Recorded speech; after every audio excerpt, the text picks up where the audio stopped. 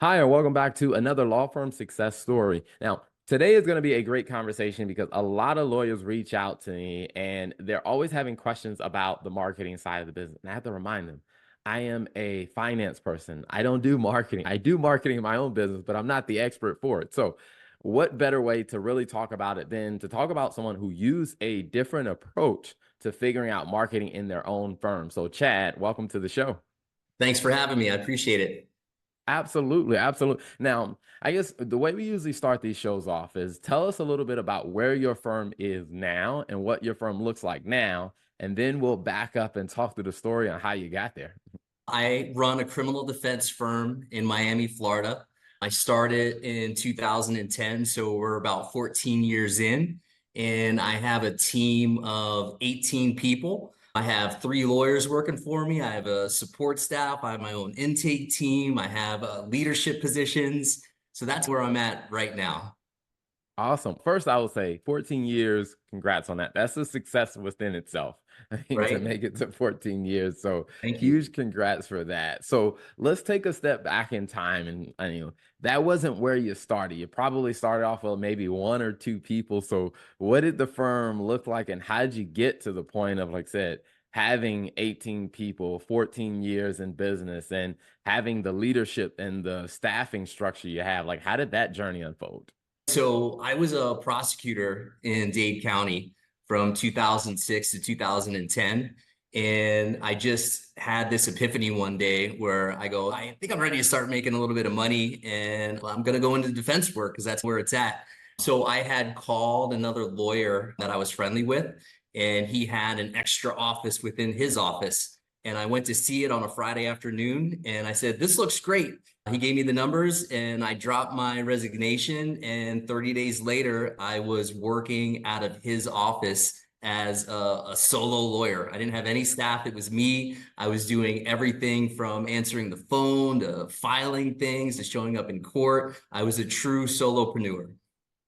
Wow. That's very interesting because there are so many lawyers that feel like they're just stuck at that. They feel like they're stuck doing everything. Like I said, fast forward, you have all these different things in place. So, how did that kind of unfold when it came down to really getting the volume of clients to be able to justify having a team so you didn't have to be the one doing everything?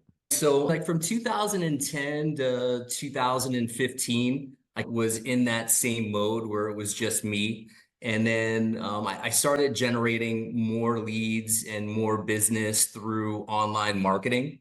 And then I want to say, like, things really drastically changed for me at the beginning of the pandemic because I got involved with social media marketing.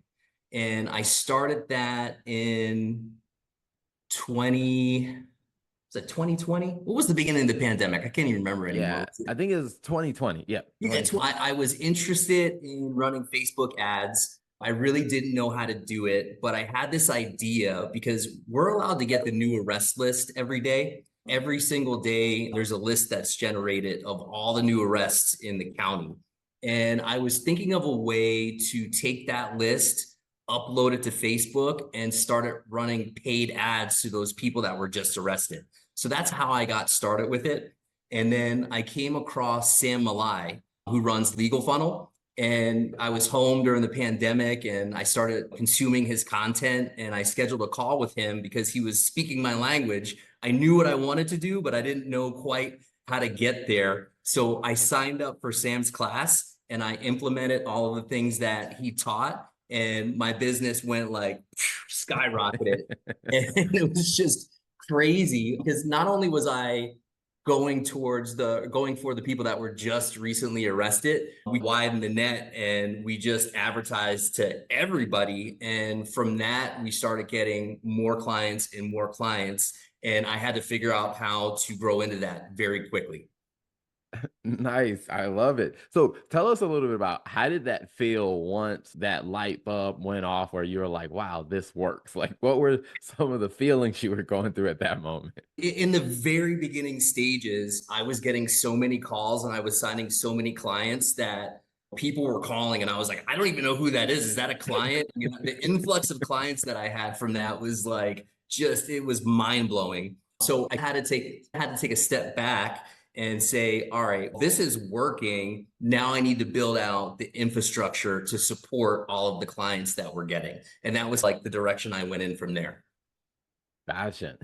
Now, I guess with that amount of influx coming in as you're interviewing people, they're probably seeing something different at your firm than they would at other firms because not every other firm has that kind of influx of clients. So, how long did it take for people to get adjusted to the culture of what was happening at your firm as they were coming in? Since I was a solopreneur for so many years, I never really was prepared to be the leader, to be the manager, to be the one that's hiring and bringing all these people in. But what I learned through the process was I created an environment for myself that I loved. I loved coming to work every single day then. I love coming to work every single day now. And I created an environment that I love, so it was almost like a natural culture fit for other people to come join my team because I'm not looking to hire people just to hire people. I want to hire rock stars. I want to have fun doing what I do. And it just became a natural thing for me to hire people to go for that type of personality, someone with that pedigree. So I'm going for the best, but I'm also going for people that vibe in my community that I've created for myself.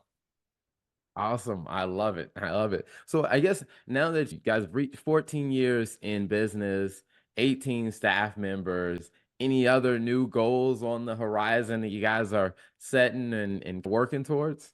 Just tweaking what we have now, constantly trying to make it better.